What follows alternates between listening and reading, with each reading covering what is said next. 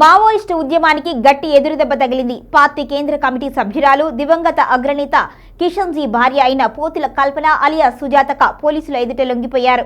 గద్వాల్ ప్రాంతానికి చెందిన సుజాతక్క చాలా చిన్న వయసులోనే విప్లవ మార్గాన్ని ఎంచుకున్నారు. 1984లో ఆమె మావోయిస్టు అగ్రనేత మల్లోజుల కోటేశ్వరరావు అలియాస్ కిషన్జీని వివాహం చేసుకున్నారు. 2011లో పశ్చిమ బెంగాల్లో జరిగిన ఎన్కౌంటర్లో కిషన్జీ మరణించారు. భర్త మరణం తర్వాత ఆమె పార్టీలో క్రియాశీలకంగా ఉన్నారు. వివిధ రాష్ట్రాల్లో సుజాతక్కపై మొత్తం 106 కేసులు నమోదయ్యాయి. ప్రస్తుతం ఆమె Chhattisgarh south sub zonal bureau ఇన్ఛార్జిగా, జనతన సర్కార్ ఇన్ఛార్జిగా కీలక బాధ్యతలు నిర్వహిస్తున్నట్లుగా పోలీసుల వద్ద సమాచారం ఉంది. 45 ఏళ్లు అజ్ఞాతంలో ఉన్న మోస్ట్ వాంటెడ్ మావోయిస్టు పార్టీ కేంద్ర కమిటీ సభ్యురాలు పోతుల కల్పన అలియా సుజాతక్కపై ₹1 కోటి రివార్డు ఉంది.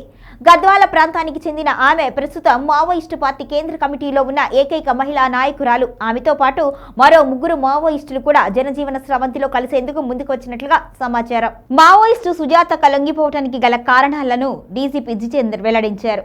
మావోయిస్టులతో చర్చలతో ఎలాంటి ఉపయోగం లేదు. గతంలో జరిగిన చర్చలతో ఎలాంటి ఫలితాలు రాలేదు. 43 ఏళ్లుగా నిషేధిత సిపిఐ మావోయిస్టు పార్టీలో అజ్ఞాతంలో పనిచేశారు సుజాత. అయితే అనారోగ్యం దృష్ట్యా సుజాత లొంగిపోయారు అని డీజీపీ తెలిపారు. ₹25 లక్షల రివార్డును డీడీ రూపంలో సుజాతకు అందజేస్తున్నట్లుగా వెల్లడించారు. ఇక పునరావాసంలో భాగంగా అన్ని ప్రయోజనాలు అందేలా చూస్తాము అని అన్నారు.